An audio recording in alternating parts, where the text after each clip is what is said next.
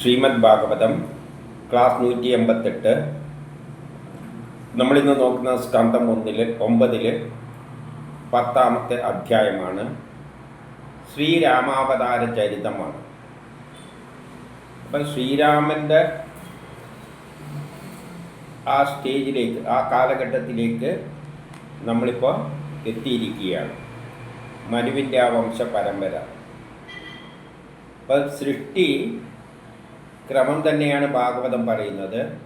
നിർഗുണമായ ബ്രഹ്മത്തിൽ നിന്ന് ആദ്യം പ്രപഞ്ചമുണ്ടാകുന്നു. ജീവജാലങ്ങളല്ല, പ്രപഞ്ചം. അതെല്ലാം ആ ശക്തിവിശേഷം തന്നെയാണ് പടിപടിയായിട്ട് മത്സ്യം, കൂർമ്മം, വരാഹം, നരസിംഹം, വാമനൻ, ഈ അവസ്ഥയിലൂടെ, ഈ ഘട്ടങ്ങളിലൂടെ നല്ലൊരു പ്രപഞ്ചമുണ്ടാക്കി. 14 ലോകങ്ങൾ ഉണ്ടാക്കി. ഇനിയുള്ള മാറ്റം മനുഷ്യരിലൂടെയെല്ലാമാണ്, ഭൂമിയിലുള്ള മാറ്റം. അപ്പം മനുഷ്യരിലൂടെയുള്ള മാറ്റങ്ങൾ 4 ഘട്ടങ്ങളിലൂടെയാണ് പറയുന്നത്. കൃതയുഗം, ത്രേതായുഗം, ദ്വാപരയുഗം, കലിയുഗം. അപ്പം ഈ 4 ഘട്ടങ്ങൾ എന്ന് പറയുന്നതും നമ്മൾ കടന്നു പോകുന്ന ഘട്ടങ്ങൾ തന്നെയാണ്. ഇതുവരെയുള്ള സൃഷ്ടിക്രമമല്ല സയൻസിലൂടെ തന്നെയാണ് വിവരിച്ചത്. ഇനി ചരിത്രമാണ് പറയുന്നത്. ചരിത്രം എന്ന് പറഞ്ഞാൽ ഒന്നാമത്തെ കൃതയുഗം എന്ന് പറഞ്ഞാൽ ഗോത്ര കാലഘട്ടമാണ്. നമ്മൾ ചരിത്രത്തിൽ പഠിക്കുന്നത് തന്നെയാണ്. ആ കാലഘട്ടത്തിൽ മനുഷ്യർ സ്വാർത്ഥതയൊന്നുമില്ല. പക്ഷേ ഉള്ള കുഴപ്പം എന്താണെന്ന് വെച്ചാൽ അവർക്ക് ജീവിക്കണ്ടിക്കൽ ഭക്ഷണമൊന്നുമില്ല.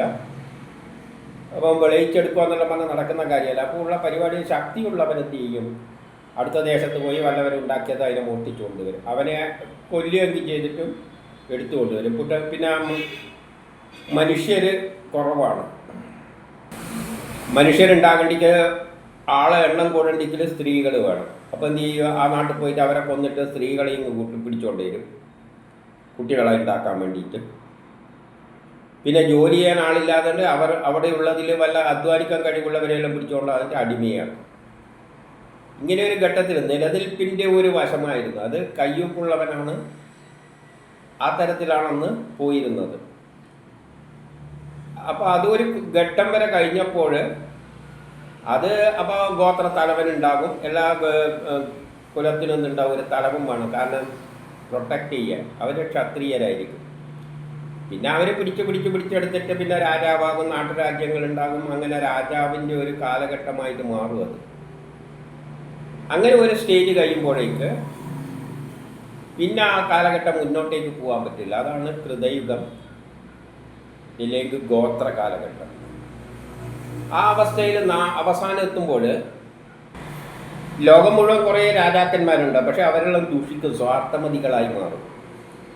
പിന്നെ ആ വ്യവസ്ഥിതി മുന്നോട്ടേക്ക് പോകാൻ പറ്റാതെ വരുമ്പോൾ ആ കാലഘട്ടത്തെയാണ് പരശുരാമൻ എന്ന് പറയുന്നത്. ആ പരശുരാമൻ ആ കാലം എന്ത് ചെയ്യും? അതിനെ തച്ചുടക്കും. ഇപ്പം ലോകം മുഴുവൻ അങ്ങനെ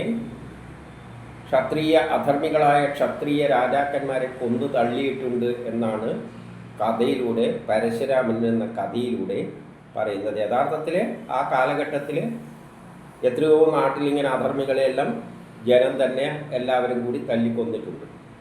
അങ്ങനെ ആ വ്യവസ്ഥിതി ഇല്ലാതെയായി. പിന്നെ അതില്ലാതാകാൻ ഒരു കാരണം വിദേശികളുടെ വരവാണ്. വിദേശികൾ വന്നപ്പോൾ ഈ ചോട്ട ആൾക്കാരെ എല്ലാം ഒതുക്കി. അങ്ങനെയാണ് വിദേശികൾ വന്നത്. അങ്ങനെയാണ് വിദേശാധിപത്യത്തിലേക്ക് പോയത്. 2ാമത്തെ ഘട്ടം കൊളോണിയലിസം. അപ്പോൾ ഈ ഘട്ടത്തിൽ നിന്ന് വേറൊന്നിലേക്ക് മാറ്റി. ആ മാറ്റം കാലം തന്നെയാണ് വരുത്തുന്നത്. ആ കാലത്തെയാണ് പരശുരാമനായിട്ട് ചിത്രീകരിച്ചത്.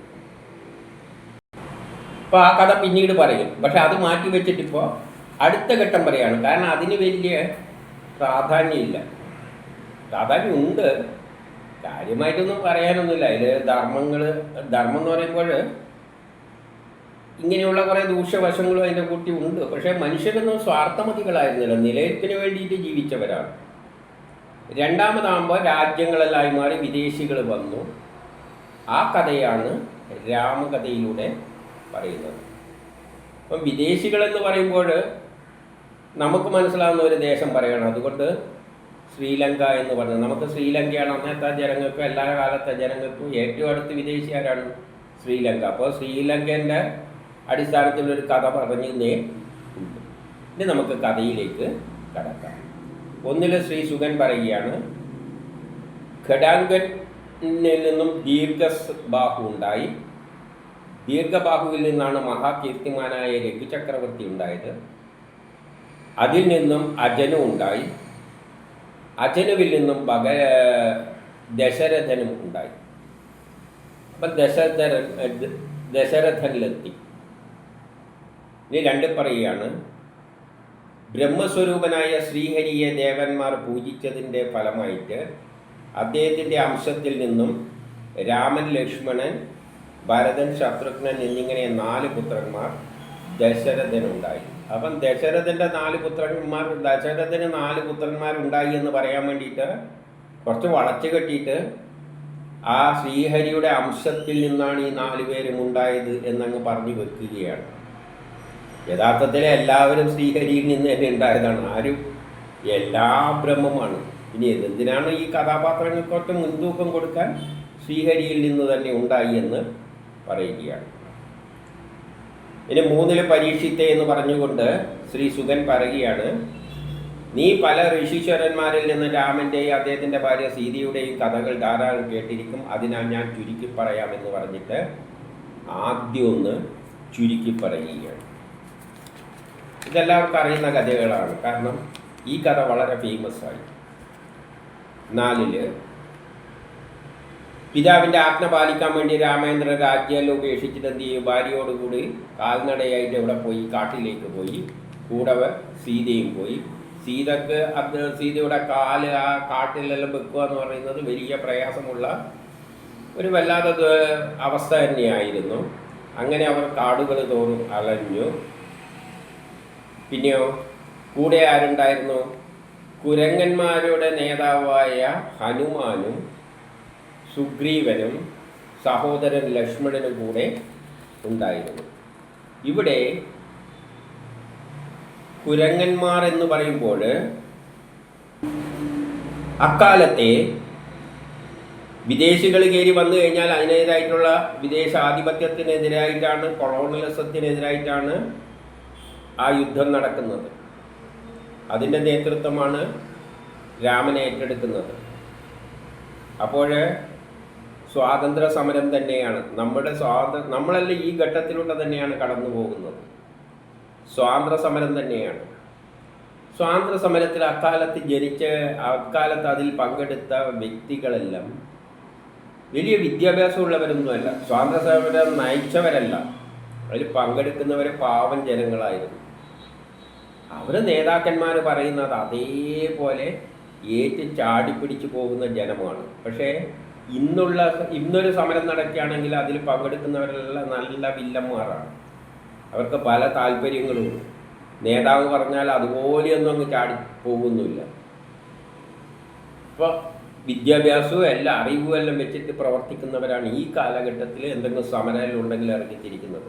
പക്ഷെ അന്ന് സ്വാതന്ത്ര്യ സമരത്തിൽ എല്ലാവരും അങ്ങനെ ഒരു സ്വാർത്ഥതയൊന്നും ഇല്ലാത്ത ഒരു കുരങ്ങന്മാരുടെ സ്വഭാവന്മാരി എന്ന് വേണമെങ്കിൽ ചാടിപ്പിടിച്ചെല്ലാം ഒന്നിച്ചു പോകുന്ന കാര്യത്തിലുള്ള അത്രയും ഐക്യത്തോടു കൂടിയുള്ളൊരു പോക്കായിരുന്നു അന്നുണ്ടായിരുന്നത് ലോകം മുഴുവൻ.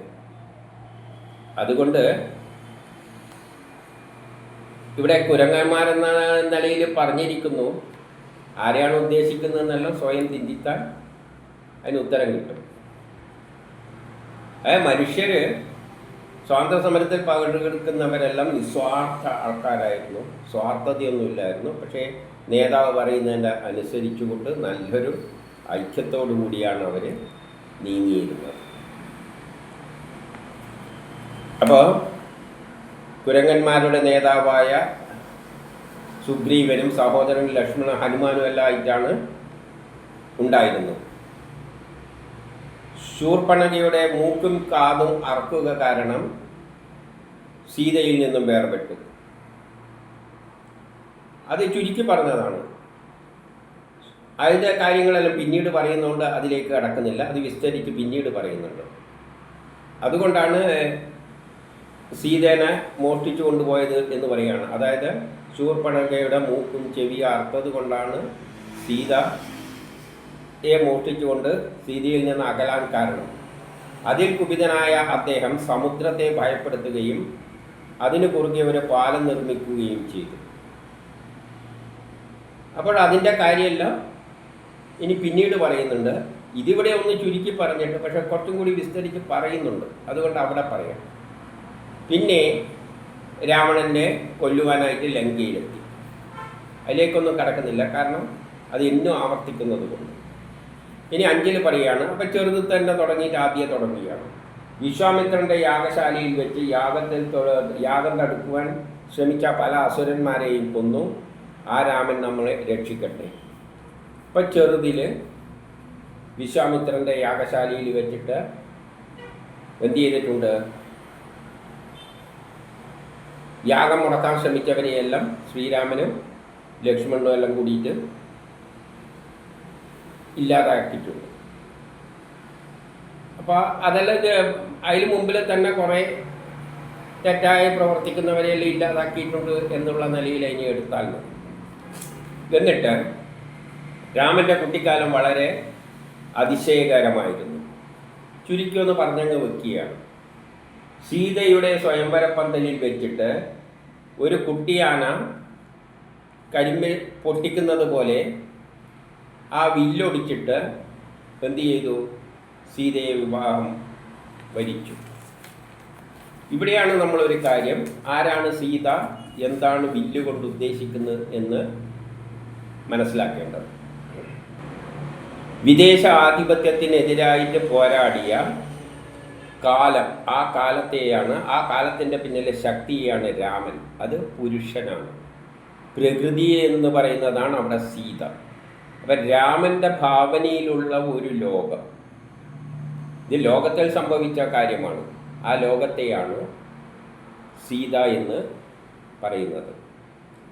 വില്ല് കുലച്ചിട്ട് സീതയെ സ്വീകരിക്കുക എന്ന് പറയുമ്പോൾ ഒരു വ്യവസ്ഥിതിയെ കെട്ടിപ്പടുക്കുകയാണ്. രാമൻ്റെ ആശയത്തിൽ ഒരു വ്യവസ്ഥിതിയെ കെട്ടിപ്പടുക്കുകയാണ്. ഇതേപോലെ തന്നെ വേറെ നമ്മൾ കണ്ടിട്ടുണ്ട്. പാണ്ഡവരിൽ അർജുനൻ വില്ല് കൊലച്ചിട്ടാണ്, അർജുനൻ വില്ല് കൊലക്കുന്നുണ്ട്. ആ സ്വയംവര പന്തലിൽ വെച്ച്. അതിനുള്ള കാരണം എന്താണ്? അർജുനൻ വേറൊരു വ്യവസ്ഥിതി, അർജുനൻ്റെ നേതൃത്വത്തിൽ ഒരു വ്യവസ്ഥിതി രൂപം കൊള്ളുകയാണ്. അപ്പോൾ ഒരു വ്യവസ്ഥിതിയെ, പുതിയൊരു വില്ല് വലിച്ചു കെട്ടുക എന്ന് പറഞ്ഞാൽ ഒരു പുതിയ വ്യവസ്ഥിതിയിലേക്ക് കടക്കാൻ പോകുന്നത് എന്ന നിലയിലേക്ക് കാണണം. രാമൻ ഒരു പുതിയ വ്യവസ്ഥിതിയെ സ്വീകരിക്കുന്നു, അർജുനൻ ഒരു പുതിയ വ്യവസ്ഥിതിയെ സ്വീകരിക്കുന്നു. അതുപോലെ തന്നെ ഈ തരത്തിൽ വേണം കാണാൻ. അപ്പോൾ ഇനി നമുക്ക് അതാണ് ഇവിടെ ഉദ്ദേശിക്കുന്നത്. ഇനി അവൾ ഭാഗ്യദേവതയും ദേവന്റെ മാറിൽ എപ്പോഴും സ്ഥിതി ചെയ്യുന്നതുമാണ്. ഭാഗ്യദേവത എന്ന് പറഞ്ഞാൽ അപ്പോൾ സീത എന്താണ്? സൗഭാഗ്യമുള്ള ഒരു വ്യവസ്ഥിതിയാണ്. രാമൻ സൗഭാഗ്യമുള്ള ഒരു വ്യവസ്ഥിതി ഉണ്ടാക്കാൻ വേണ്ടിയാണ്, രാമനാണ് അതിനുള്ള കഴിവുള്ളത്. രാജഭരണത്തിലെ ഏറ്റവും നല്ല ഭംഗിയായിട്ട് രാജ്യം ഭരിക്കാനുള്ള കഴിവുള്ള വ്യക്തി രാമനാണ്. യോഗ്യതയുള്ള വ്യക്തി രാമനാണ്. അദ്ദേഹം വിഭാവനം ചെയ്യുന്ന വ്യവസ്ഥിതിക്കാണ് സീത എന്ന് പറയുന്നത്. ആ സീത സൗഭാഗ്യവതിയാണ്. അതേസമയം രാമൻ്റെ മാറിൽ എപ്പോഴും സ്ഥിതി ചെയ്യുന്നു. വിഷ്ണുവിൻ്റെ മാറിൽ സ്ഥിതി ചെയ്യുന്നു എന്ന് പറയുന്ന പോലെ ദ്വയമാണ്, പ്രകൃതിയും പുരുഷനും. പുരുഷനാണ് രാമൻ, പ്രകൃതിയാണ് സീത. വിവാഹശേഷം മടങ്ങുമ്പോൾ പരശുരാമൻ അവിടെ എത്തിയിട്ട് വലിയ അഭിമാനിയെങ്കിലും അദ്ദേഹത്തെ രാമൻ പരാജയപ്പെടുത്തി. അപ്പോൾ പരശുരാമൻ അവിടെ വരുന്നുണ്ട്. ഇതും ഒരു പുതിയ വ്യവസ്ഥിതി കെട്ടിപ്പടുക്കാൻ ശ്രമിക്കുമ്പോൾ പഴയ വ്യവസ്ഥിതിയുടെ ആളാരാണ്? പരശുരാമനാണ്. അപ്പം പരശുരാമൻ വന്നിട്ട് ഒന്ന് പരീക്ഷിക്കുന്നതായിട്ട് കാണണം. ഇപ്പം നമ്മൾ ഒരു മരണം മാറിയിട്ട് വേറൊന്നിലേക്ക് പോകുമ്പോൾ പഴയ ഭരണമുള്ള ആൾ ആ അധികാരം മറ്റേയാൾക്ക് കൈമാറും. അതുപോലെ പരശുരാമൻ ഉണ്ടാക്കി വെച്ച ഒരു വ്യവസ്ഥിതി ഉണ്ടായിരുന്നു. അധർമ്മങ്ങളെല്ലാം തലച്ചുടച്ചിട്ട് ഇനി വരാൻ പോകുന്ന രാമന് ആ നല്ലൊരു വ്യവസ്ഥിതി കൊണ്ടുപോകാനുള്ള കഴിവുണ്ടോ എന്ന് പരിശോധിക്കുവാൻ വേണ്ടിയാണ് പരശുരാമൻ വരുന്നത്. അപ്പോഴെന്നിട്ട് എന്ത് ചെയ്യും? കൈമാറും. ഇതേപോലെ തന്നെ വേറെ പുരാണ കഥകളിൽ മറ്റുള്ള അടുത്ത സ്റ്റേജിൽ ഭീമൻ സൗഗന്ധിക പുഷ്പത്തിന് പോകുമ്പോൾ ഹനുമാൻ, ഈ രാമൻ്റെ വലം കൈയായിട്ട് നടക്കുന്നത് ഹനുമാനാണ്. അപ്പം ഈ കാലഘട്ടത്തിൽ നിന്ന് അടുത്ത യുഗത്തിലേക്ക്, അതായത് ഭീമനെല്ലാം ഉള്ള കാലഘട്ടത്തിലേക്ക് പോകുമ്പോൾ ഹനുമാൻ ഭീമനെ പരിശോധിക്കുന്നുണ്ട്, എനിക്കതിനുള്ള കഴിവുണ്ടോ എന്ന്. എന്നിട്ട് കഴിവുണ്ട് എന്ന് മനസ്സിലാക്കിയപ്പോൾ ഹനുമാൻ എന്ത് ചെയ്യുന്നു? ഇനി നീ നോയിക്കോളൂ എന്ന് പറഞ്ഞുകൊണ്ട് കൈമാറിക്കൊടുക്കുന്നുണ്ട്. അത്തരത്തിൽ വേണം ഇവിടെ ഇത് കാണാൻ. വില്ല് കുലക്കുന്നതെന്ന് പറഞ്ഞാൽ ഒരു പുതിയ വ്യവസ്ഥിതിയിലേക്ക് പോവുകയാണ്. കഴിഞ്ഞ അധികാരമുള്ളവർ വന്നിട്ടൊന്ന് പരിശോധിക്കും, ശരി, അനുഗ്രഹിച്ചു വിടും. ഏതുപോലെ എന്നാൽ നമ്മൾ പ്രായമാകുമ്പോഴും മക്കളെ വിളിച്ചിട്ട് കൊള്ളാമോ, ഇവന് ഇനി ഈ സ്ഥാപനം എല്ലാം കൊണ്ടു നടക്കാൻ കഴിവുണ്ടോ എന്ന് ആലോചിച്ചിട്ട് അനുഗ്രഹിച്ചു വിടുന്നത് പോലെയായിട്ട് അതിനെ കണ്ടാൽ മതി. എന്നിട്ട് ഇനി 8 പിതാവിൻ്റെ ആജ്ഞ മാനിച്ച് അദ്ദേഹം ഭാര്യയുടെ ആജ്ഞ പാലിക്കുവാനായിട്ട് രാജ്യവും കൂട്ടുകാരെയും കൊട്ടാരവും എല്ലാം ഉപേക്ഷിച്ചിട്ട് എന്തുപോയി? കാട്ടിലേക്ക് പോയി. അപ്പം ഇവിടെയാണ് എന്തുകൊണ്ടാണ് കാട്ടിലേക്ക് പോയത് കൊണ്ടാണ് രാവണൻ കയറി വന്നത്. ഇവിടെ എന്താണ് സംഭവിക്കുന്നത്? രാജഭരണകാലത്ത് അദ്ദേഹം 2-3 ഭാര്യകൾ കല്യാണം കഴിക്കും. എന്നിട്ട് ഏത് ഭാര്യക്കാണോ സാമർത്ഥ്യം കൂടുതൽ അവരവരുടെ മകനെ പിടിച്ചിട്ട് തലപ്പത്തിയിലെത്തും.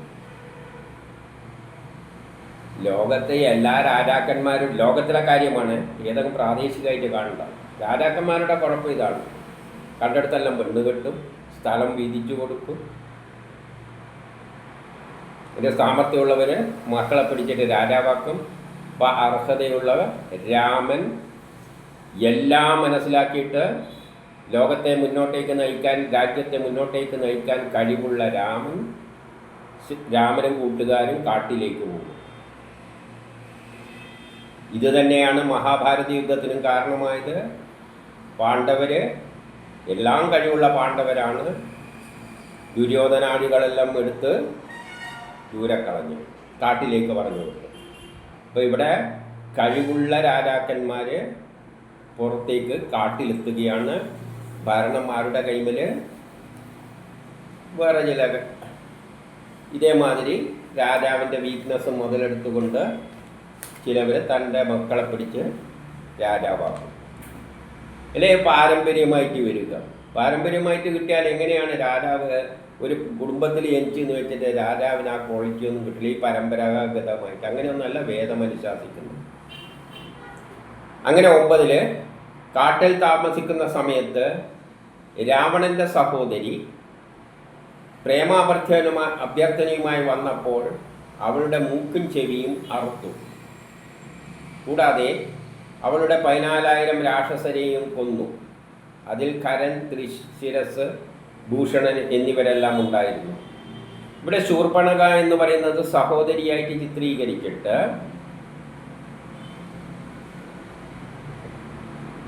രാവണൻ്റെ സഹോദരി വന്നു എന്നാണ് പറഞ്ഞിരിക്കുന്നത്. അപ്പം രാവണൻ്റെ സഹോദരി വന്നു എന്ന് പറയുമ്പോൾ രാവണൻ്റെ ആൾക്കാരാണ് വിദേശത്ത് നിന്ന് ഇവിടെ വന്നത് എന്ന നിലയിൽ എടുക്കണം.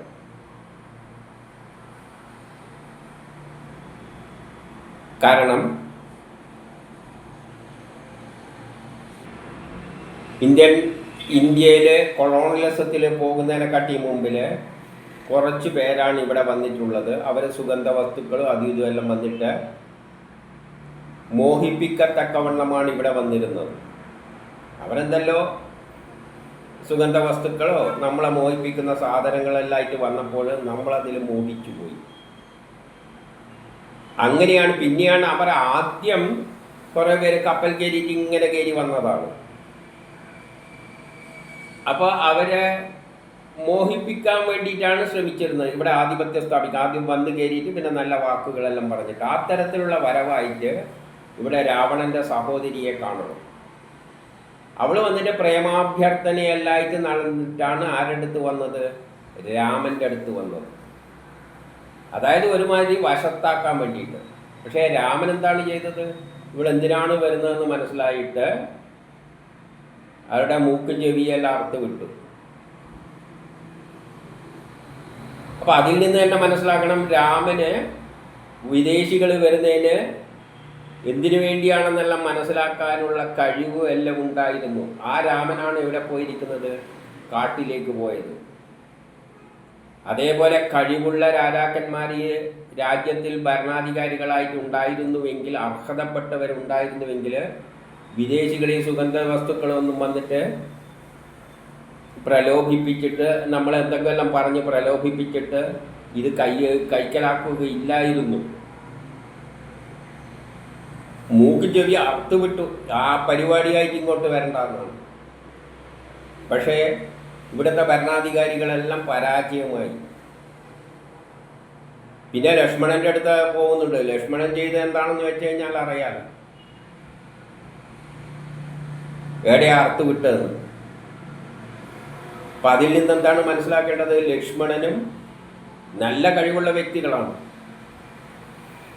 ലക്ഷ്മണൻ പണ്ട് പിന്നൊരു കാലത്ത് പറയുന്നുണ്ട്, മാനൻ പോകുമ്പോൾ സീതയുടെ ചുറ്റും ഒരു വര വരച്ചിട്ട് പറയുന്നുണ്ട്, ഇത് അപ്പുറം കടന്നു പോകരുത്.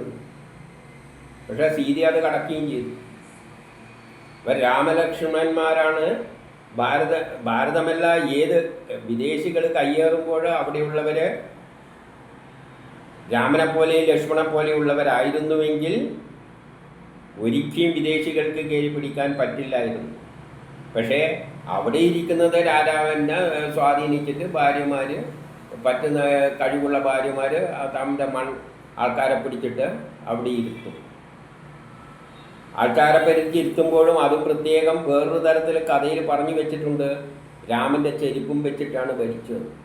ആ സിംഹാസനത്തിൽ രാമൻ്റെ ചെരുപ്പിൻ്റെ വില പോലും ഇല്ല എന്നാണ് അവിടെ പറഞ്ഞു വെച്ചത്. പക്ഷേ അതൊന്നും കഥയിൽ അങ്ങനെ പറയുകയല്ലാതെ അർത്ഥം മനസ്സിലാകുന്ന തരത്തിൽ പറഞ്ഞിരുന്നുവെങ്കിൽ ഈ ഭാഗവതമൊന്നും ഇന്ന് വെളിച്ചം കാണില്ലായിരുന്നു. അന്നത്തെ ഭരണാധികാരികൾ കത്തിക്കുമായിരുന്നു, ബ്രിട്ടീഷുകാരും എടുത്ത് കത്തിച്ച് ചുട്ട് കരിക്കുമായിരുന്നു. അതുകൊണ്ട് വേദവ്യാസൻ തന്ത്രപൂർവ്വം കഥരൂപത്തിലെല്ലാം പറഞ്ഞു വെച്ചു. അതിലൂടെ നമ്മൾ കാര്യം മനസ്സിലാക്കണം. രാമൻ്റെ ചെരുപ്പിൻ്റെ വില പോലും അവിടെ ഇരിക്കുന്നവർക്ക് ഇല്ല എന്ന് അവർ തന്നെ സമ്മതിക്കുകയാണ്. അതുകൊണ്ട് തന്നെയാണ് വിദേശികൾ വന്നപ്പോൾ അവർ പറയുന്നതെല്ലാം, അവരുടെ കാര്യങ്ങളെല്ലാം കണ്ട് അവരുടെ കോട്ടും സൂട്ടും എല്ലാം കണ്ടപ്പോൾ അന്തം വിട്ടുപോയി എല്ലാം സ്വീകരിച്ച് വിളിച്ചിരുത്തി അവസാനം എല്ലാം അവരെ അടിച്ചെടുത്ത് കൊണ്ടുപോയി. സൗഭാഗ്യമെല്ലാം അടിച്ചെടുത്ത് കൊണ്ടുപോയി. സീതയെ, സൗഭാഗ്യത്തെ അടിച്ചെടുത്ത് കൊണ്ടുപോയി. അങ്ങനെ 10 അങ്ങനെ ആദ്യം കുറച്ച് പേര് വന്നിരുന്നു. സീതയുടെ സൗന്ദര്യത്തെപ്പറ്റി ശൂർപ്പണഖയിൽ നിന്നും അറിഞ്ഞ രാവണൻ എന്തു ചെയ്തു? മരീചൻ എന്ന ഒരു പൊന്മാനിനെ അയച്ചു. അപ്പോൾ ആദ്യം മറ്റുള്ള ലോകങ്ങൾ കണ്ടെത്തത്തക്കവണ്ണം ഹോട്ടലെല്ലാം കയറിപ്പോയി ഒരു ശേഷത്തെത്തിക്കഴിഞ്ഞാൽ അവിടെ എത്തിയിട്ട് പോയി തിരിച്ചിട്ട് രാജാവിനോട് പറയും, അവിടെ നല്ലൊരു സ്ഥലമുണ്ട്, അവിടെ പോയി ചെന്ന് കഴിഞ്ഞാൽ അടിച്ചു മാറ്റാൻ കണ്ടമാനം കിടക്കുന്നുണ്ട് എന്നെല്ലാം പറഞ്ഞപ്പോൾ നല്ല സൗഭാഗ്യമുള്ള ഒരു സ്ഥലമാണ്. അതാണ് സീതയായിട്ട് ചിത്രീകരിച്ചത്. അപ്പം രാവണൻ എന്ത് തോന്നി? സീതയെ അടിക്കണമെന്ന് തോന്നി. നേരിട്ട് പോയാൽ പറ്റില്ല. അതുകൊണ്ട് എന്തായിട്ട് ഒരു പൊന്മാനിൻ്റെ രൂപത്തിൽ മരീചനെ പറഞ്ഞു വിട്ടു. അങ്ങനെ തന്നെയാണ് വിദേശികൾ വന്നിരിക്കുന്നത്. അവർ കോട്ടും സൂട്ടും എല്ലാം ആയിട്ട് വന്ന് അവരുടെ രത്നങ്ങളും മറ്റേ അതും ഇതും എല്ലാം കണ്ടപ്പോൾ അവരുടെ സുഗന്ധ വസ്തുക്കളും അതും ഇതുമെല്ലാം കണ്ടപ്പോൾ മോഹിച്ച് അവരെ പിന്നാലെ കൂടി ആ ഭരണവർഗം രാമനും ലക്ഷ്മണനും കാട്ടിലുമാണ്. അതുകൊണ്ടാണ് സീതയെ അടിച്ച് കൊണ്ടുപോയത്. കഥയിലെല്ലാം ആശയങ്ങൾ എടുക്കാനേ പാടുള്ളൂ. നമ്മൾ ഈ കടന്നുപോയ ഘട്ടങ്ങൾ തന്നെയാണ് ഈ കഥയിലൂടെ പറഞ്ഞു വരുന്നത്. ആ മരീചനെല്ലാം എന്ത് ചെയ്തു? രാമൻ കൊന്നു. ഏതുപോലെ? ശ്രീ രുദ്രൻ ദക്ഷനെ വധിച്ച പോലെ. എന്നിട്ട് 11 പറയാണ്, ആശ്രമതീരത്തു നിന്നും അകറ്റപ്പെട്ട തക്കത്തിന് രാക്ഷസനായ രാവണൻ ചെന്നായയെ പോലെ സീതയെ അപഹരിച്ചു. അപ്പോഴാണ് രാമൻ വന്നിട്ട് രാവണൻ വന്നിട്ട് രാമന് മറ്റേ മാനിൻ്റെ പിന്നാലെ ഓടിപ്പോയല്ലോ. ആ മാനിൻ്റെ പിന്നാലെ ഓടിപ്പോകാൻ കാരണം എന്താണ്? സീതക്ക് മാനിനെ കിട്ടിയേ പറ്റൂ. ആ സീത, ആ വ്യവസ്ഥിതി, ആ ലോക വ്യവസ്ഥിതി, ആ സമയത്തെ വ്യവസ്ഥിതി മോഹിച്ചുപോയി ഇവർ വന്നപ്പോൾ. എന്നിട്ട് ഭരണാധികാരികളോട് അതിൻ്റെ പിന്നാലെ ഓടാൻ പറഞ്ഞു. അവരതിൻ്റെ പിന്നാലെ ഓടി. ആ സമയത്ത് ഇവിടുത്തെ സൗഭാഗ്യമെല്ലാം ആ മോഹത്തിൽ അകപ്പെട്ട് കിടക്കുന്ന സമയത്ത് ഇവിടുത്തെ സൗഭാഗ്യമെല്ലാം അവർ തന്ത്രപൂർവ്വം അടിച്ചെടുത്ത് ഈ രാജ്യത്തെ തന്നെ അവരുടെ അധീനതയിലാക്കി. അപ്പോൾ ഭാര്യയുടെ വിരഹത്തിൽ സ്ത്രീസക്ത ആസക്തി, ഭാര്യയിലുള്ള ആസക്തി എന്ന നിലയിൽ കണക്കെ ദുഃഖിതനായിക്കൊണ്ട് രാമൻ എന്ത് ചെയ്തു? സഹോദരനോടുകൂടി അന്വേഷിച്ചുകൊണ്ട് കാട് മുഴുവൻ, ഭാര്യ നഷ്ടപ്പെട്ട സങ്കടത്തിൽ കാട് മുഴുവൻ അന്വേഷിച്ച് നടന്നു. ഇനി 12 രാവണനെ തടുക്കുവാൻ ശ്രമിച്ചതിൻ്റെ ഫലമായി മരണത്തോടടുത്ത് വീട് കിടക്കുന്ന ജടായുവിനെ, അപ്പം ജടായു എന്ത് ചെയ്യാണ്? രാവണനെ തടുത്തിരുന്നു. സൗഭാഗ്യം അടിച്ചുകൊണ്ടു പോകുമ്പോൾ, സീതയെ അടിച്ചുകൊണ്ടു പോകുമ്പോൾ ജടായു രൂപത്തിൽ ജടായു വന്നിട്ട് അതിനെ തടുത്തിരുന്നു, ചിറകെല്ലാം വെട്ടിയാടിയിട്ട്. അങ്ങനെ ഇന്ത്യൻ സ്വാതന്ത്ര്യ സമരത്തിലും കുറേ വ്യക്തികൾ ജീവൻ ബലിയർപ്പിച്ചിട്ടുണ്ട്. ധീരരായ ചിലരുണ്ടായിരുന്നു. നമ്മളെ റാണി ലക്ഷ്മിബായി, താന്ത്യ തോപ്പിയ, അങ്ങനെയെല്ലാം കുറേ പേരുണ്ടല്ലോ. അവരെല്ലാം ആ കാലഘട്ടത്തിൽ വിദേശികൾ വരുമ്പോൾ അവരോട് ഏറ്റുമുട്ടിയിട്ട് ധീരമരണം വരിച്ചവരാണ്. അങ്ങനെ കുറേ പേര് മരിച്ചിട്ടുണ്ട്. അതാണ് ഇവിടെ ജടായുവായിട്ട് ചിത്രീകരിച്ചത്. അപ്പോൾ അവരിൽ നിന്നാണ് രാമൻ വഴിക്ക് വെച്ച് അത് കാണുന്നു, മരണത്തോടടുത്ത് അവരുടെ മുമ്പിൽ വെച്ച് കാര്യം പറഞ്ഞ് ഇതിലേ പോയിട്ടുണ്ടെന്ന്. അതെല്ലാം കഥയിലങ്ങനെ പറഞ്ഞു വെക്കുന്നതാണ്. അവസാനം മരിച്ചപ്പോൾ അവരെല്ലാം സംസ്കാരമെല്ലാം നടത്തിയതിൻ്റെ ശേഷം ആ സമയത്ത് വേറൊരാളും പിടിച്ച് ഭക്ഷിക്കാനെല്ലാം വന്നു, കമണ്ടനെ വധിച്ചു എന്നെല്ലാം പറയുന്നുണ്ട്.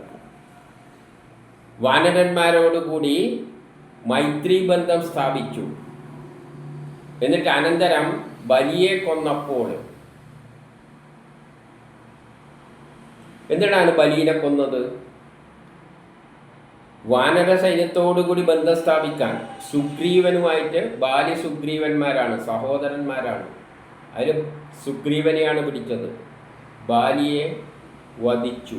എന്താണ് ഇവർ തമ്മിലുള്ള വ്യത്യാസം? സുഗ്രീവൻ ശാന്ത സ്വഭാവക്കാരനായിരുന്നു, സമാധാനപ്രിയനായിരുന്നു. ബാലിയാകട്ടെ ധീരനായിരുന്നു, ആയുധമെടുത്ത് പോരാടുന്ന തരത്തിലുള്ള സ്വഭാവമായിരുന്നു. നമ്മുടെ സ്വാതന്ത്ര്യ സമര കാലത്തിലും ആയുധമെടുത്തിട്ട് വേണം സ്വാതന്ത്ര്യം നേടാൻ എന്ന് ധീരമായി ഇറങ്ങി തിരിച്ച ചില നേതാക്കളുണ്ട്. അതിൽപ്പെടുന്നതാണ് സുഭാഷ് ചന്ദ്രബോസും പിന്നെ ഭഗത് സിംഗുമെല്ലാം. അവരൊറ്റപ്പെട്ട നിലയിലായിരുന്നു എന്ന് നമുക്ക് ചരിത്രം പഠിക്കുന്നവർക്ക് മനസ്സിലാകും. അവർക്കെന്താണ് സംഭവിച്ചത്? സ്വാതന്ത്ര്യ സമരം എന്തായിരുന്നു? സഹന സമരമായിരുന്നു. പക്ഷെ ഇവരെ ശൈലി വേറൊന്നായിരുന്നു. പക്ഷെ അവരെ ഒറ്റപ്പെടുത്തി, ഒറ്റപ്പെട്ടു പോയി. എന്തോ ആകട്ടെ, ഏകദേശം ഇതേപോലെ ബാലിയുടെ അവസ്ഥ തന്നെയാണ് അവിടെ കാണുന്നത്. അപ്പോൾ സ്വാതന്ത്ര്യ സമരകാലത്ത് തീവ്ര വിഭാഗമുള്ള ചില ആൾക്കാരുമുണ്ട്. അങ്ങനെയുള്ളവർ അന്ന് ബലിദാനന്മാർ പോകേണ്ടതായിട്ട് വന്നിട്ടുണ്ട്. അതുകൊണ്ടാണ് ബലി കൊല്ലപ്പെട്ടു. അതെല്ലാം സ്വന്തം നിലയിൽ ചിന്തിക്കുമ്പോൾ കാര്യങ്ങൾ വളരെ തെളിഞ്ഞു വരും. അതിന് ശേഷം സുഗ്രീവനുമായിട്ട് കൂട്ടുകൂടിയിട്ട് വാനരസേനയുമായിട്ടാണ് പുറപ്പെട്ടത്. എന്തുകൊണ്ടാണ് വാനരസേന എന്ന് ഞാൻ പറഞ്ഞു. അന്നത്തെ മനുഷ്യരുടെ സ്വഭാവം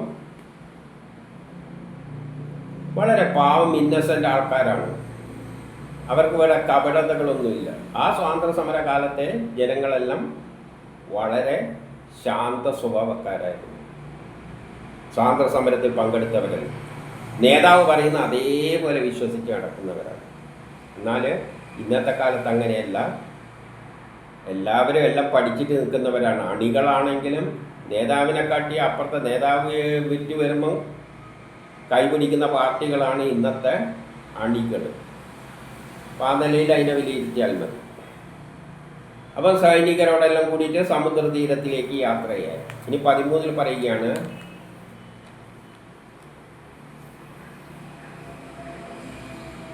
അപ്പോൾ യാതൊരുവന്റെ ക്രോധാഗ്നിയിൽ ഭയന്ന ഇരമ്പലോടുകൂടിയ സമുദ്രരാജൻ സ്വരൂപം പൂണ്ട് കാഴ്ചദ്രവ്യങ്ങളുമായി അവിടെ വന്നു. എന്നിട്ട് പറഞ്ഞു, അതായത് സമുദ്രം കടക്കാൻ സമുദ്രരാജൻ ആദ്യം ഒന്ന് രാമനെ ഉടക്കി. രാമൻ പറഞ്ഞു എനിക്കൊന്ന് അങ്ങോട്ടേക്ക് പോകണമെന്ന്. പക്ഷേ സമുദ്രരാജൻ പറഞ്ഞു അങ്ങനെ അങ്ങ് പോകണ്ടാണ്. ഈ പറഞ്ഞതിൻ്റെ അർത്ഥം ഇത്രയേ ഉള്ളൂ. അന്നത്തെ കാലഘട്ടത്തിലെ ആ യുദ്ധം, ആദ്യമായിട്ടുള്ള യുദ്ധം, അതിന് മുമ്പിലുള്ള കൃതയുഗത്തിൽ അങ്ങനെയല്ല. ഇത് സമുദ്രങ്ങൾ വിദേശികളുമായിട്ടുള്ള യുദ്ധമാണ്. അപ്പം വിദേശത്ത് അതിൻ്റെ ദൂരത്തുനിന്ന് എവിടെ നിന്നെല്ലാം വരുന്നവരാണ്.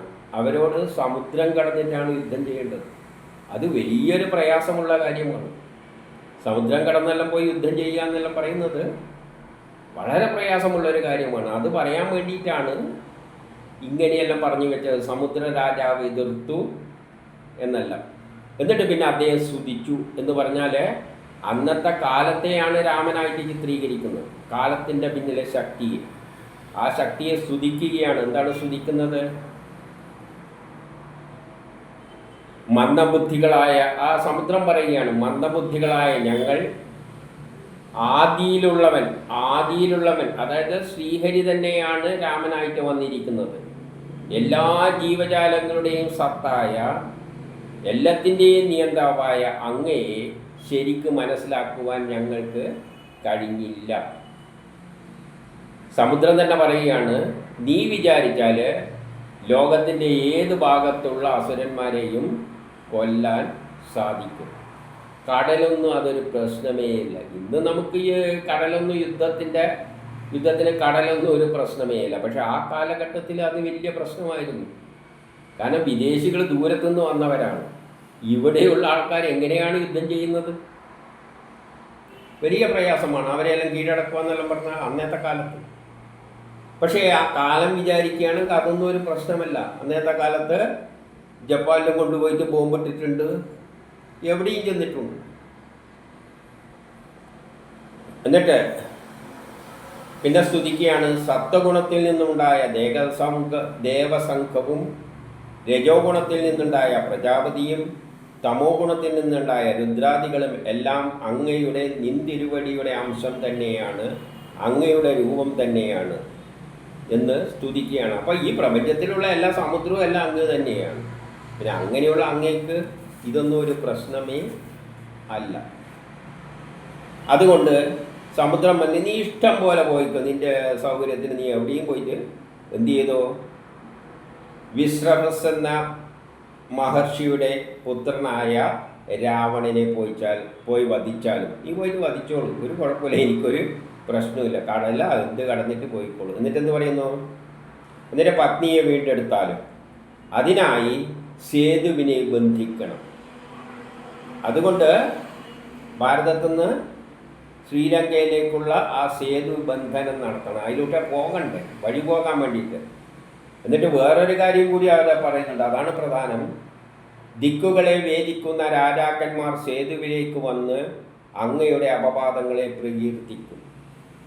ഏതെങ്കിലും ഒരു കാലത്ത് ദിക്കുകളെ വേദിക്കുന്നവർ, അതായത് പല ദേശങ്ങളും കടന്നിട്ട് ഇങ്ങനെ ടൂറിസ്റ്റായി പോകുന്നവരും എല്ലാം തന്നെ അവിടെ എത്തുമ്പോൾ കാണാൻ വേണ്ടിയിട്ട് ഇത് കാണാൻ വേണ്ടി വരുമ്പോൾ അങ്ങയുടെ നാമം ഓർക്കും. ഇത് പണ്ടൊരു കാലത്ത് രാമൻ വന്നിട്ടാണ് ഈ വിദേശാധിപത്യത്തിൽ നിന്നും ലോകത്തെ രക്ഷിക്കും. ഇന്നും നമ്മളെ ഭരണാധികാരികൾ എന്ത് പഠിപ്പിക്കുന്നുണ്ട് കുട്ടികളെ? നമ്മളെത്രയോ സ്വാതന്ത്ര്യ സമരത്തിന് എത്രയോ ആൾക്കാർ ജീവൻ തെളിയിച്ചിട്ട് നേടിയതാണ് ഈ സ്വാതന്ത്ര്യം എന്ന് പറയുന്നത് പോലെ ഈ സേതുബന്ധനം ഇത് കാണുമ്പോൾ അവിടെ എത്തുമ്പോൾ ആൾക്കാർ എന്തോർക്കും? രാമരാവണ യുദ്ധത്തെ ഓർക്കും. അതായത് ഇങ്ങനെ കൊളോണിയലിസത്തിനുള്ള എതിരായിട്ടുള്ള വലിയൊരു യുദ്ധത്തിലൂടെയാണ് നമ്മൾ സ്വാതന്ത്ര്യം നേടിയത് എന്ന കാര്യം ഓർക്കും. അങ്ങനെ വേദങ്ങളൊന്നും അധികം ആരും വായിക്കില്ല. പുരാണ കഥകൾ എഴുതി വെച്ചെങ്കിൽ അതും ആരും വായിക്കാൻ പോകുന്നില്ല. പക്ഷേ അവരെന്ത് ചെയ്തിട്ടുണ്ട്? ഇങ്ങനെ ചില പ്രധാനപ്പെട്ട സ്ഥലങ്ങളുമായിട്ട് ബന്ധിപ്പിച്ചിട്ട് ചില കഥകൾ ഐതിഹ്യ രൂപത്തിൽ പ്രചരിപ്പിക്കാൻ ശ്രമിച്ചിട്ടുണ്ട്. അങ്ങനെയാണ് ഈ സേതുബന്ധനം എന്ന ഈ ഒരു പ്രത്യേകതയിലൂടെ ഈ കഥ പ്രചരിപ്പിക്കാൻ വേണ്ടിയാണ് അവർ ഈ കഥ അതിനകത്ത് അറ്റാച്ച് ചെയ്തത്. ഇനി 16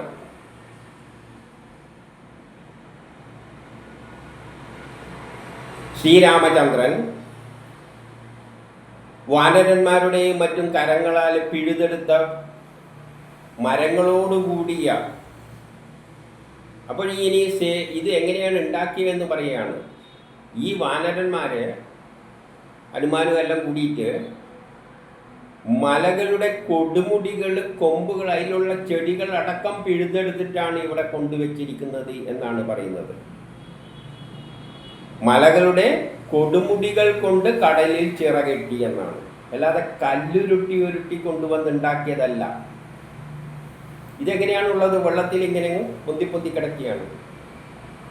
അത് പല മലകളുടെയും മുകളിലത്തെ ഭാഗം, കൊടുമുടി എന്ന് പറഞ്ഞാൽ അതിൻ്റെ മുകൾ ഭാഗം പൊട്ടിച്ചെടുത്തിട്ട് ഇവിടെ ഇങ്ങനെ കുറ്റി നാട്ടി വെച്ചിട്ടാണ് ഈ സേതുബന്ധനം ചിറ കെട്ടിയിരിക്കുന്നത് എന്നാണ് പറയുന്നത്. അതിൻ്റെ സ്റ്റൈല് രൂപത്തിലാണ് ഇത് വ്യാഖ്യാനിച്ചിരിക്കുന്നത്. നമ്മൾ കുറേ കല്ലെല്ലാം ഉരുട്ടി കെട്ടിയിട്ട് എന്ന് പറഞ്ഞ് ഈ ഭാഗവതത്തിൽ എഴുതിയതിനെയാണ് നമ്മൾ അതുകൊണ്ടാണ് കാര്യത്തിൽ എടുക്കേണ്ടത്. അല്ലാതെ പിൽക്കാലത്ത് ആരെല്ലോ എന്തെല്ലോ അടിച്ചു വിടും. അവിടെ നിന്നുള്ള ചെറിയ കല്ല് എടുത്തുകൊണ്ട് അതെല്ലാം ഇട്ടിട്ട് അവിടെ ഇട്ടിട്ടാണ് ഇതുണ്ടാക്കിയത്. കഥയിൽ അതല്ല പറഞ്ഞിരിക്കുന്നത്. ഇതിൻ്റെ ഘടന എങ്ങനെയാണുള്ളത്? ചെറിയ കൊടുമുടി മാതിരിയാണ് കിടക്കുന്നത്. അതുകൊണ്ട് എല്ലാ പർവ്വതങ്ങളിലും പോയിട്ട് ചെടികളടക്കം അതിനെ പൊട്ടിച്ചെടുത്തുകൊണ്ടത് കൊടിമുടികൾ പൊട്ടിച്ചെടുത്ത് വന്നിട്ട് ഇവിടെ എന്ത് ചെയ്ത് കടലിൽ ചിറകെട്ടി. സുഗ്രീവൻ, നീലൻ, ഹനുമാൻ എന്നീ പ്രമുഖന്മാരുടെ സേനകളോടുകൂടി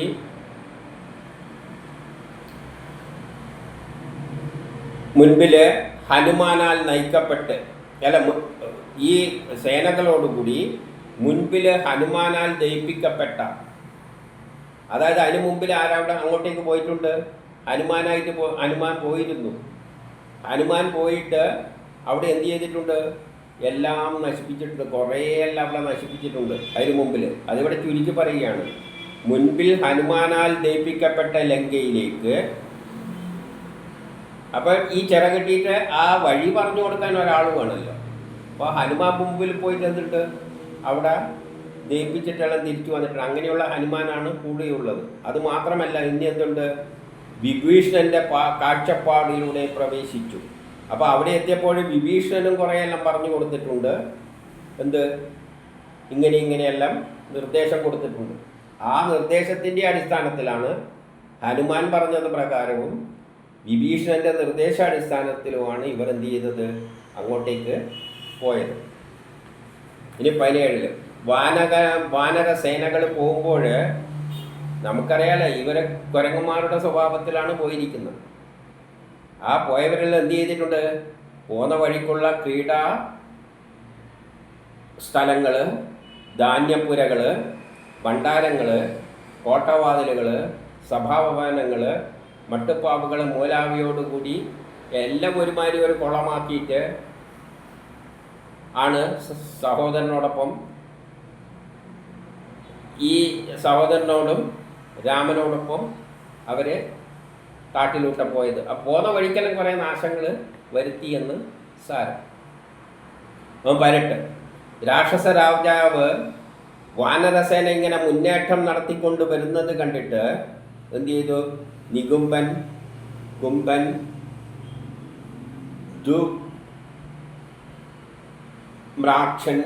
ധൂമ്രാക്ഷൻ, നരാന്തകൻ മൂലാവരിയും പുത്രനായ ഇന്ദ്രജിത്തിനെയും പ്രഹസനെയും അധികാരന്മാരെല്ലാം ഉണ്ട്. പിന്നെ വികസനൻ എല്ലാ അനുചരന്മാരോടും കൂടിയെല്ലാമായിട്ട് കൂട്ടത്തിൽ ആരുമുണ്ട്? കുംഭകർണനുമുണ്ട്. കുംഭകർണന് എല്ലാം കൂട്ടിച്ചേർത്തിട്ടാണ് അവരെ തടയാൻ വേണ്ടിയിട്ട് അങ്ങോട്ടേക്ക് ആരയച്ചത്? രാവണൻ അയച്ചത്. ഇപ്പുറത്താണെങ്കിൽ 19 സുഗ്രീവൻ, ലക്ഷ്മണന്, ഹനുമാന്, ഗന്ധമാടന്, നീലന്, അംശദൻ, പിന്നെ ഋക്ഷൻ, പനസൻ, ഇവരെല്ലാം കൂടി ശ്രീരാമൻ കത്തി, ശൂലം, വാള്, കമ്പ്, കുന്തം, ഈട്ടി, വേല് മുതലയോട് വാള് എന്നിവയെല്ലാം എടുത്തിട്ട് ദുർഗമായ രാക്ഷസന്മാരെ നേരിട്ടു. ഇതെല്ലാം എടുത്തുകൊണ്ടാണ് അവർ ഇങ്ങനത്തെ കിട്ടിയ സാധനങ്ങളെല്ലാം കമ്പുമെല്ലാം പൊടിച്ച് മരമെല്ലാം പൊളിച്ചിട്ട് അടിച്ചിട്ടെല്ലാം ഉണ്ട്. കാരണം കുരങ്ങന്മാരായിട്ടല്ലേ ചിത്രീകരിക്കുന്നത്. അപ്പോൾ എന്തുകൊടുത്ത് എറിയാലോ. അത്തരത്തിലാണ് കഥയിലങ്ങ് വർണ്ണിക്കും. എൻ്റെ 20 പറയുകയാണ്, ശ്രീരാമൻ സേനാനായകളോടൊത്ത് അവരുടെ നേരെ ചാടി വീഴുമ്പോൾ എന്നിട്ട് ആരോടെല്ലാം ഏറ്റുമുട്ടിയത്? ആന, കാലാള്, തേര്, കുതിര എന്നീ ചതുരംഗ സേനയെ, ആ രാക്ഷസരുടെ ചതുരംഗ സേനയെയാണ്, രാവണന്റെ ചതുരംഗ സേനയെയാണ് നേരിട്ടത്. വൃക്ഷങ്ങൾ, മലകൾ, ശരങ്ങൾ എന്നിവയെല്ലാം കൊണ്ടാണ് നേരിട്ടത്. എന്നിട്ട് സീതാദേവിയെ തൊട്ടത് കൊണ്ടുണ്ടായ അശുഭകർമ്മത്തിൻ്റെ ഫലമായി രാക്ഷസന്മാരെയെല്ലാം കൊന്നൊടുക്കി. അവർക്ക് ദേഷ്യം വന്നിട്ട് സീതാദേവിയെ പിടിച്ചെടുത്ത് കൊണ്ടുപോയല്ലോ, തൊട്ടത് കൊണ്ടുള്ള കുറ്റം. ആ അശുഭകർമ്മത്തിൽ ദേഷ്യം കൂടിയിട്ട് എന്ത് ചെയ്തു? ആ രാക്ഷസന്മാരെ, അവിടെയുള്ള എല്ലാ രാക്ഷസന്മാരെയും എല്ലാം കൊന്നൊടുക്കി.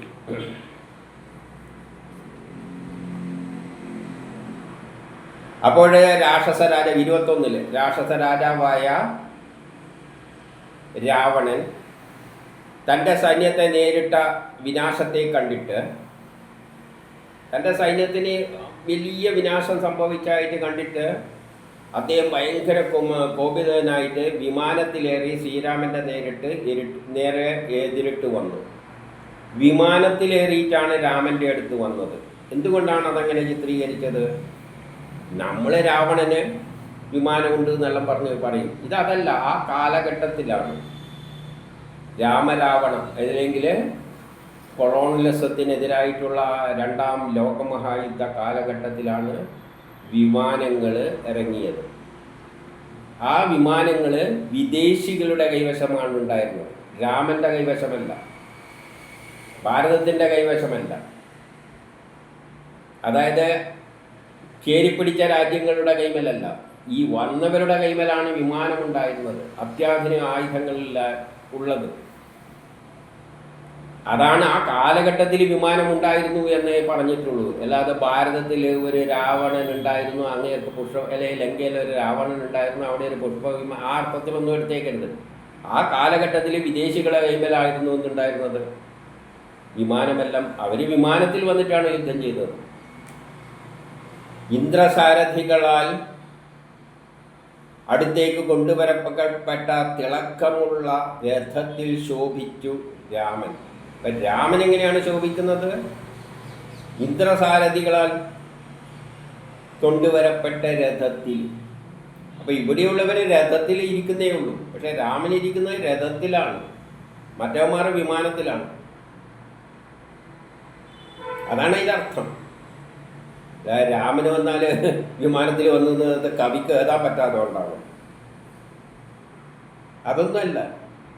ഇവിടെ രഥമുള്ളപ്പോൾ അവരെ കൈമേൽ വിമാനമാണ് ഉണ്ടായിരുന്നത്. ആ കാലഘട്ടത്തിൽ അവരാണ് വിമാനമെല്ലാം കണ്ടുപിടിച്ച് വന്നിരിക്കുന്നത്. എന്നിട്ട് അവരെന്ത് ചെയ്തു? അവരുടെ മൂർച്ചയുള്ള അമ്പുകൾ കൊണ്ട് രാമനെ മുറിവേൽപ്പിച്ചു എന്നാണ് പറയുന്നത്. ശരിയാണ്, അവരുടെ അടുത്താണ് എല്ലാ മാരക ആയുധങ്ങൾ ഉണ്ടായിരുന്നു. ഇവിടെ കുറേ മുറിവെല്ലാം പറ്റിയിട്ടുണ്ട്. പക്ഷെ അതിനെയെല്ലാം കാലം അതിജീവിച്ചു എന്നാണ് പറയാൻ പോകുന്നത്.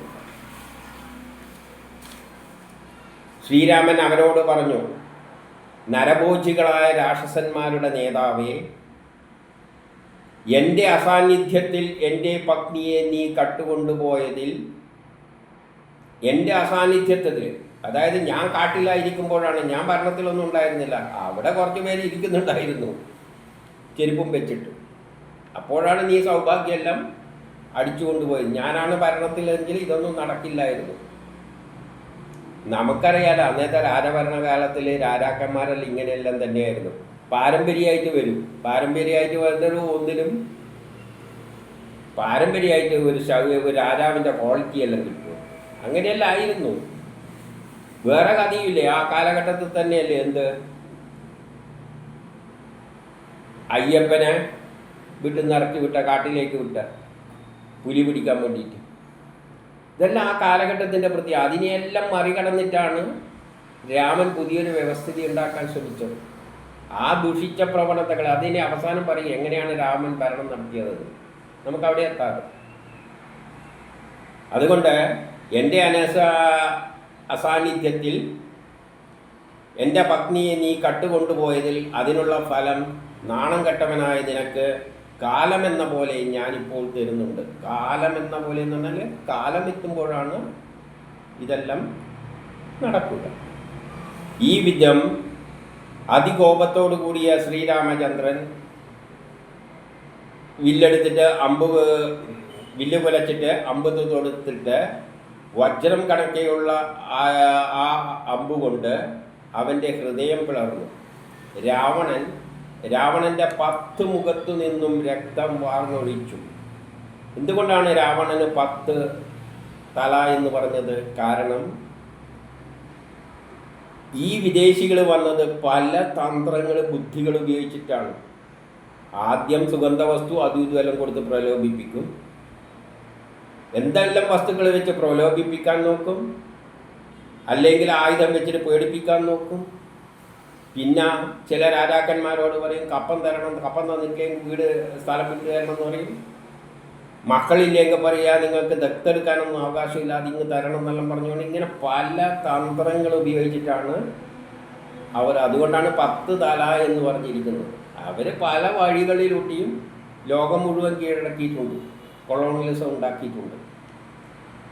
എന്നിട്ടോ അങ്ങനെ 10 മുഖത്തിലൂടെയും രക്തം വാർന്നിട്ട് വിമാനത്തിൽ നിന്നും താഴെ വീണപ്പോൾ ജനങ്ങളെല്ലാം അയ്യോ അയ്യോ എന്ന് നിലവിളിച്ചു എന്ന് പറയുകയാണ്. അതിൽ പിന്നെ ആയിരക്കണക്കിന് 24 രാക്ഷസ സ്ത്രീകൾ മണ്ടോദരിയോടുകൂടി വാവിട്ട് കരഞ്ഞുകൊണ്ട് ലങ്കാപുരിയിൽ നിന്നും പുറത്തേക്ക് ഓടി വന്നു. അവിടെയുള്ള ലങ്കാപുരിയിലുള്ള സ്ത്രീകളെല്ലാം അതെല്ലാം പിന്നെ കരതയിൽ പൊടിപ്പും തൊങ്ങലും വെച്ച് വെക്കും. കുറേ പേര് മരിച്ച് അത് തന്നെ വിധവകളായി. അതെല്ലാം അതിൻ്റെ അർത്ഥത്തിലെടുക്കാം. പിന്നെ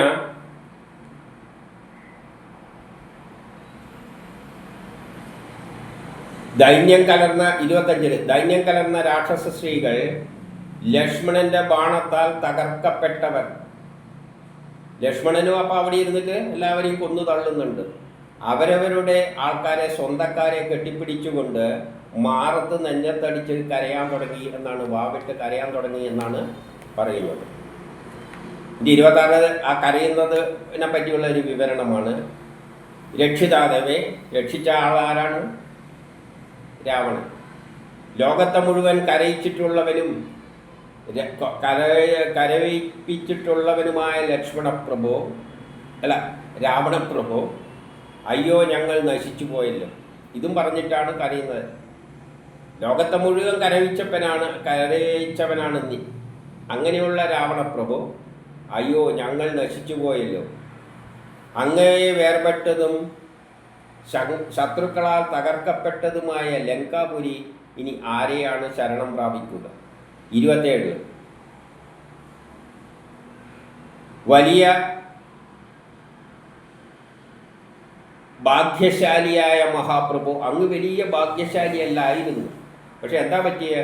കാമവികാരത്തിന് അടിമപ്പെട്ടുകൊണ്ട് അങ്ങ് സീതയെ, പതിവ്രതയായ സീതയെ, സീതയുടെ ശക്തിയെപ്പറ്റി അങ്ങേക്ക് അറിവുണ്ടായില്ല. കാമവികാരത്തിന് അടിമപ്പെട്ടിട്ടാണ് സീതയെ അപഹരിക്കാൻ പോയത്. പക്ഷേ സീതയുടെ പാതിവൃത്യത്തിൻ്റെ ആ ശക്തിയെപ്പറ്റി അങ്ങക്ക് ബോധമുണ്ടായിരുന്നില്ല, അറിവുണ്ടായിരുന്നില്ല. അക്കാരണത്താലാണ് ഈ അവസ്ഥയിലായത്. ഇതെല്ലാം കഥയിൽ പറയുന്നതായിട്ട് കണ്ടാൽ മതി.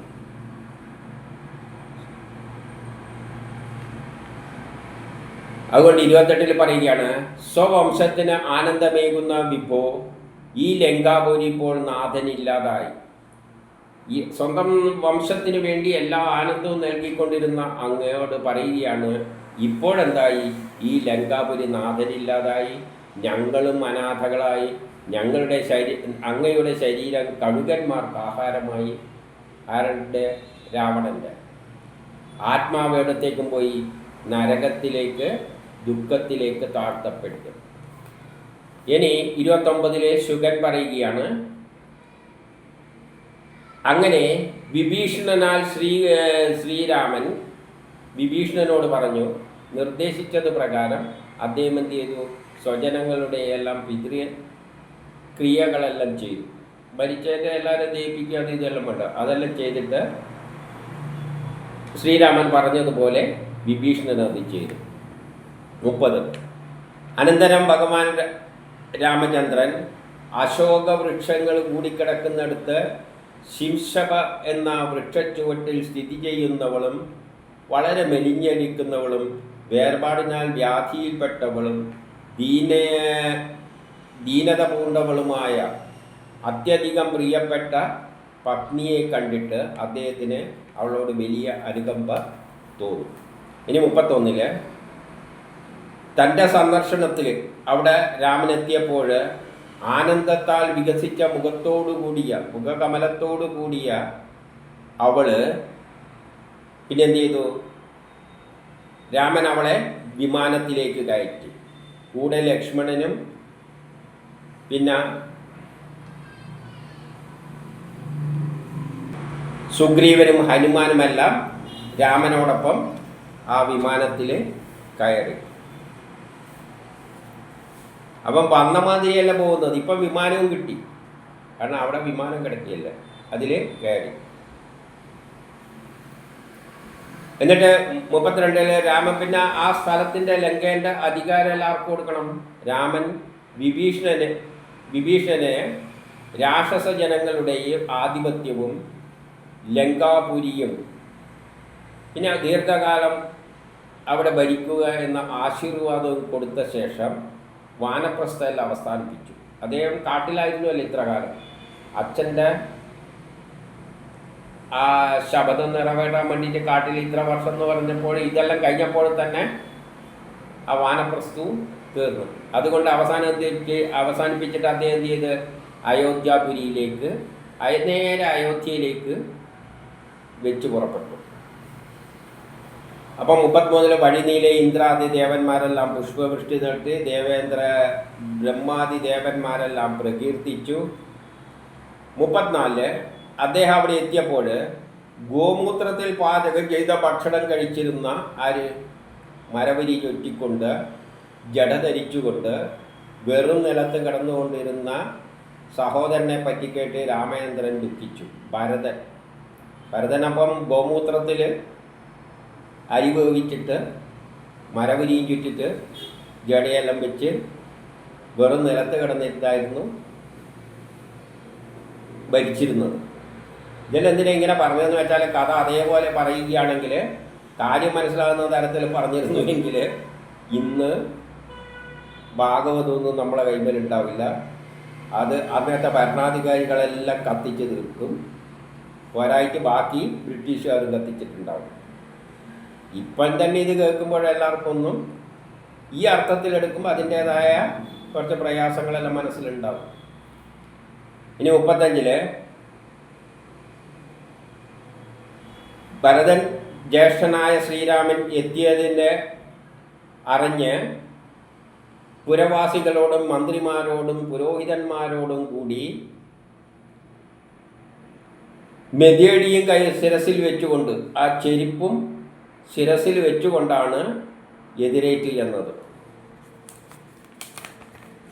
അതായത് രാമൻ്റെ ശിരസിന് കവി പറഞ്ഞു കൊണ്ടുവരുന്നത് രാമൻ്റെ ചെരുപ്പിൻ്റെ അത്രയും വിലയെ ആർക്കുള്ളൂ. ഭരണകർത്താവ് ആ കാലത്ത് ഈ അർഹതപ്പെട്ടവരെല്ലാം സമൂഹത്തിൽ നിന്ന് മാറ്റപ്പെട്ടു. ഏതെല്ലോ താല്പര്യമുള്ള ഭാര്യമാർ പറയുന്നവരെ പിടിച്ച് രാജാവാക്കി, അല്ലെങ്കിൽ പാരമ്പര്യമായിട്ട് ആരെങ്കിലും ഇങ്ങനെയെല്ലാം കയറി വരും. അവർ വന്നതുകൊണ്ടാണ് വിദേശികൾ ഇവിടെ കയറി വന്നത്. അല്ലെങ്കിൽ ഇവിടെ ഒരു വിദേശിയും രാമനെപ്പോലെ അർഹതയുള്ളവരായിരുന്നു രാജാവായിരുന്നെങ്കിൽ ഒരൊറ്റയാൾ ഇങ്ങോട്ട് കയറില്ലായിരുന്നു. ഇനി 36 മുതൽ 39 വരെ നന്ദിഗ്രാം എന്ന തൻ്റെ വാസസ്ഥലത്ത് നിന്ന്, അവിടെ നിന്നാണ് ആര് വരുന്നത്? ഈ ഭരതൻ വരുന്നത്.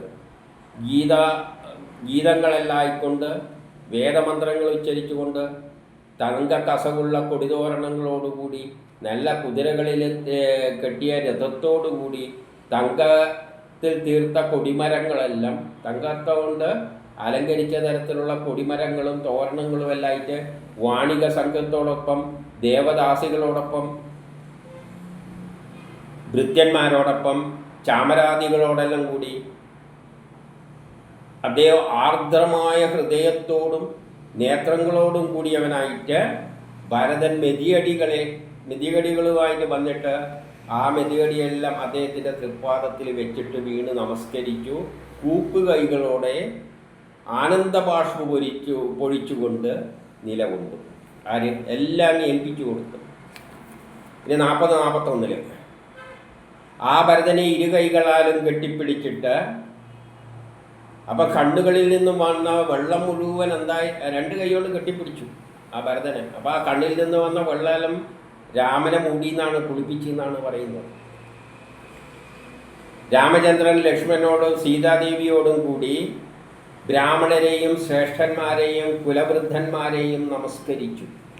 അവിടെയുള്ള എല്ലാവരെയും, പ്രമുഖരായ വ്യക്തികളെയെല്ലാം നമസ്കരിച്ചു. പ്രജകൾ തിരിച്ചും അഭിസംബോധന ചെയ്തു. ഇനി 42 ഉത്തര കോസലവാസികളായ ജനങ്ങൾ ദീർഘകാലത്തിന് ശേഷം രക്ഷിതാവിനെ കണ്ട് സന്തോഷിച്ചു. രക്ഷിതാവായിട്ട്, അപ്പോൾ അതുവരെ അവർക്കെന്തില്ല? രക്ഷിതാവില്ല. ഇപ്പോഴേ രക്ഷിതാവിനെ കിട്ടിയുള്ളൂ, ശരിയായ ഭരണാധികാരിയെ വന്നുള്ളൂ. അവർ ഉത്തരീയ വസ്ത്രങ്ങളെല്ലാം വീശിക്കൊണ്ടാണ് പൂമാലകളാൽ വർഷിച്ചുകൊണ്ട് നൃത്തം ചെയ്തു എന്നാണ് പറയുന്നത്. അപ്പോൾ അതുവരെ എന്തുള്ള ആൾക്കാരുടെ അവസ്ഥ എങ്ങനെയാണെന്ന് ഊഹിച്ചാൽ മതി. പിന്നെ 43 ഭരതൻ പാതുകങ്ങളും, ഭരതനാണ് പാതുകങ്ങൾ കൊണ്ടുവന്ന, വിഭീഷണൻ വെഞ്ചാമരവും ആലവട്ടവും, ഹനുമാൻ വെൺകൊട്ടക്കുടയും പിടിച്ച്,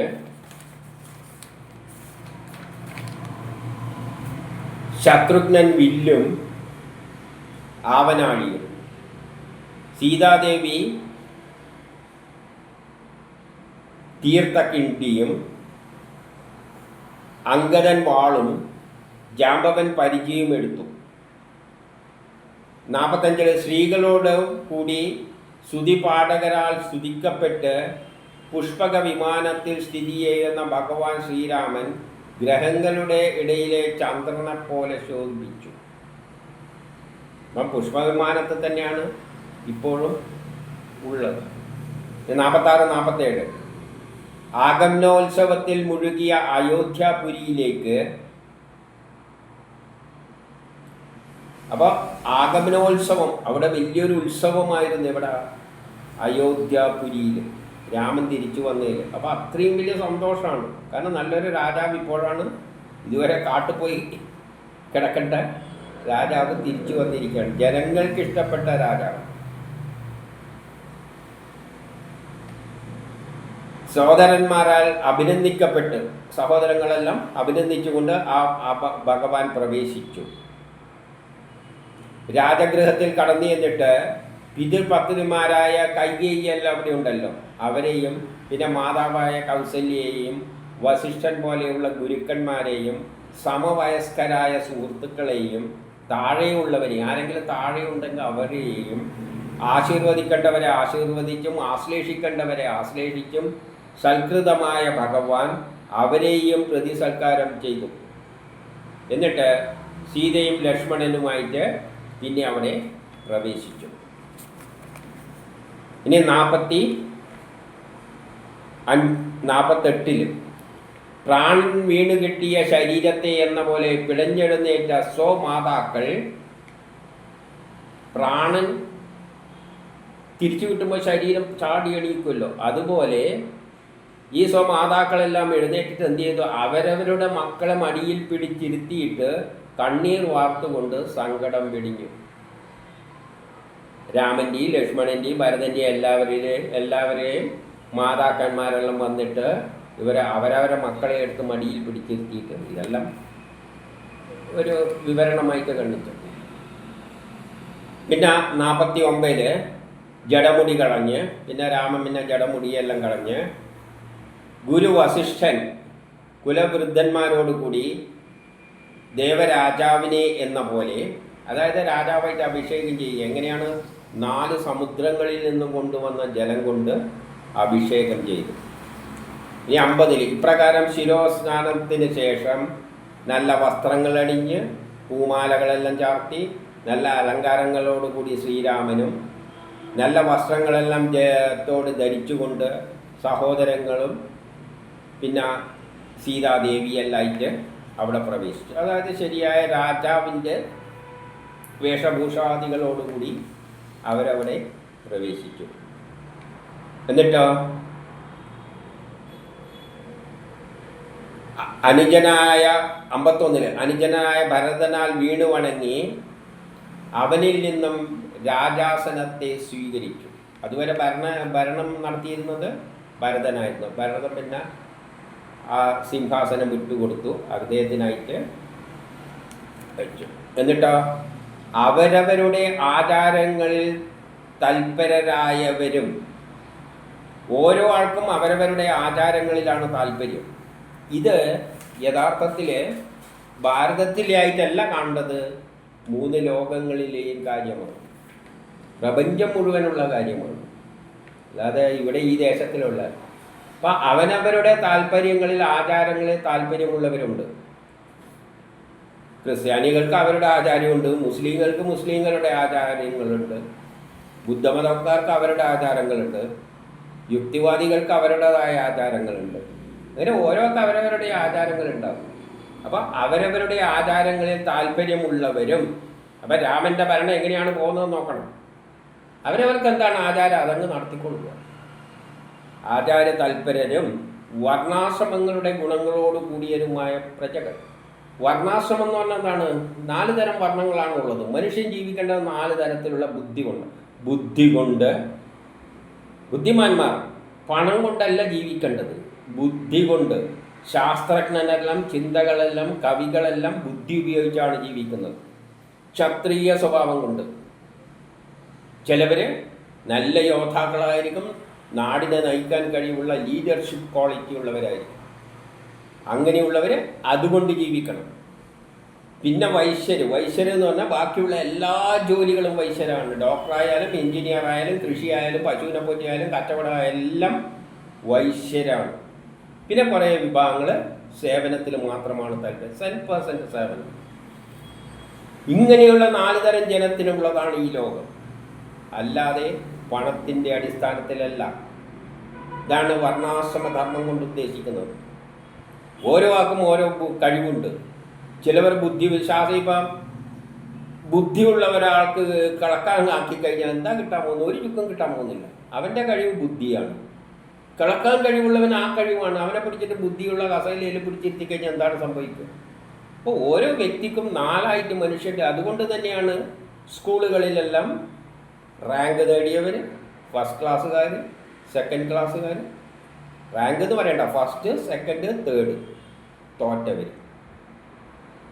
ഇതെല്ലാം ഒരു ക്ലാസിഫിക്കേഷൻ എല്ലാ നാട്ടിലുള്ളിയാണ്. ആ ബുദ്ധി വെച്ചിട്ടാണ് ഓരോ പോസ്റ്റിലേക്ക് തിരഞ്ഞെടുക്കുന്നത്. നല്ല റിസർച്ചിലെല്ലാം താല്പര്യമുള്ളവർ ഫസ്റ്റ് ക്ലാസ് റാങ്ക് എന്ന് പറയും. മിലിറ്ററിയിൽ വേണ്ടെങ്കിലും ഫസ്റ്റ് ക്ലാസ് ഒന്നും വേണ്ട, സെക്കൻഡ് ക്ലാസ്സും തേർഡും മതി. പക്ഷേ നല്ല അതിനുള്ള തൻ്റെ ഇടമാണ്. പോട്ടെ. അപ്പം വർണ്ണാശ്രമധർമ്മങ്ങൾ ഗുണത്തോടു കൂടിയമായ പ്രജകളെ, അപ്പം വ്യത്യസ്ത ആചാരങ്ങളുള്ള പ്രജകൾ, വർണ്ണാശ്രമധർമ്മത്തിനനുസരിച്ച് ജീവിക്കുന്ന പ്രജകളെ പിതൃതുല്യം ശ്രീരാമൻ സംരക്ഷിച്ചു. പിതാവിനെ കണക്ക് സംരക്ഷിച്ചു. അദ്ദേഹത്തെ അവരും പിതാവായിട്ട് കണ്ടു. ഇനി 52 സമസ്ത ജീവജാലങ്ങൾക്കും ജീവിത സൗഖ്യം വളർത്തുന്നവനും, എല്ലാ ജീവജാലങ്ങൾക്കും പട്ടിക്കും പൂച്ചക്കും അടക്കം ജീവിത സൗഖ്യം വളർത്തുന്നവനും ധർമ്മജ്ഞനുമായ രാമചന്ദ്രൻ രാജാവായിരിക്കുമ്പോൾ ത്രേതായുഗം നിലവിലെ ത്രേതായുഗമായിരുന്നുവെങ്കിലും കൃതയുഗ തുല്യമായിരുന്നു. കൃതയുഗത്തിൻ്റെ പ്രത്യേകത എന്താണ്? അന്ന് സ്വാർത്ഥതകളൊന്നുമില്ല. കൃതയുഗ കാലഘട്ടത്തിൽ അവരെല്ലാം അപ്പോൾ ചോദിക്കും നമ്മൾ അന്ന് അടിമത്തലിൽ ഉണ്ടായിട്ടില്ലേന്ന്. കാരണം എന്താണെന്ന് വെച്ചാൽ അന്ന് പണം ഉണ്ടാക്കാൻ വേണ്ടിയിട്ടൊന്നുമല്ല, കൃഷി ചെയ്യാൻ ആളില്ല, ഭക്ഷണത്തിനാണെന്ന് വെച്ചാൽ അധ്വാനിച്ചാലൊന്നും വലിയ കിട്ടാനൊന്നും പോകുന്നില്ല. അപ്പോൾ അവിടെ ഇവിടെയെല്ലാം പോയിട്ട് ആരെങ്കിലും അടുത്തുനിന്ന് കയ്യൂക്ക് വെച്ചിട്ട് ജീവിക്കേണ്ടി വന്നു. വയറ്റിപ്പഴപ്പിന് വേണ്ടിയിട്ടാണ്.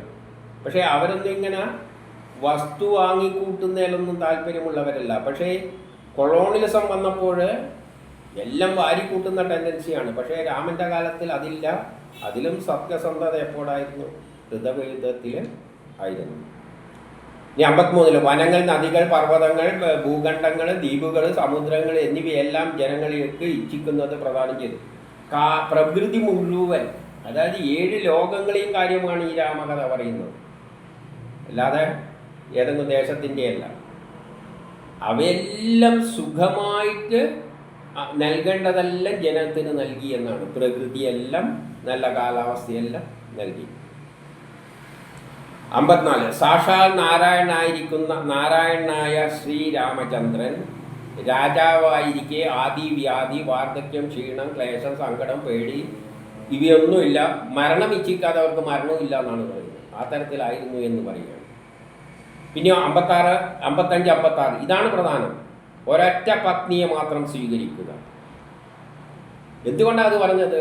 രാജഭരണത്തിൽ കണ്ടമാനം പെണ്ണ് കെട്ടും. ഇത് തന്നെയാണ് വിദേശികൾ കയറി വരാൻ കാരണം. ഇന്ന് നമ്മളൊന്ന് ശ്രദ്ധിച്ചു നോക്കൂ. ഇന്ന് ഭരണാധികാരികൾ ഒന്നിൽ കൂടുതൽ പെണ്ണുണ്ടെങ്കിലും മാധ്യമങ്ങൾ അവരെ എടുത്തിട്ട് അലക്കും. അപ്പം അന്ന് മുതൽ രാജാവായിരിക്കുമ്പോൾ, ഇന്ന് പിന്നെ ഭരണത്തിൻ്റെ തലപ്പത്തിരിക്കുന്നവർക്ക് സ്വാധീന മന്ത്രിസഭയെല്ലാമാണ്. എങ്കിലും അവരുടെ സ്വഭാവവിശേഷങ്ങളെല്ലാം നോക്കും. അപ്പം ഒരൊറ്റ പതിയെ മാത്രം സ്വീകരിക്കുക. അതാണ് രാജാവിൻ്റെ ധർമ്മം. അത് ആ കാലഘട്ടത്തിൻ്റെ പ്രത്യേകതയാണ്. എല്ലാവരും ഒരു ഒറ്റ ഭാര്യമാർ തന്നെയാണ്. ഈ ഭരിക്കുന്ന തലപ്പത്തിലുള്ളവർക്കാണ് ഈ കണ്ടെടുത്തെല്ലാം പോയി പെണ്ണ് കെട്ടില്ല. അല്ല, ജനങ്ങളെല്ലാം ഒരു കുടുംബമായിട്ട് ജീവിച്ചവരാണ്. പിന്നെയോ രാജാവെങ്കിലും ഋഷിയെപ്പോലെ ആയിരുന്നു. ഒരു ഋഷിയെപ്പോലെയാണ് ജീവിച്ചിരുന്നത്. വിശുദ്ധനായിരുന്നു. ഗൃഹസ്ഥാശ്രമ ധർമ്മങ്ങളെ സംബന്ധിച്ച് സ്വധർമ്മത്തെ താൻ തന്നെ ആചരിച്ചു. ഒരു ഗൃഹനാഥൻ എന്താണോ ചെയ്യേണ്ടത് അത് സ്വയം അദ്ദേഹം ആചരിക്കുകയും മറ്റുള്ളവരെ പഠിപ്പിക്കുകയും ചെയ്തു.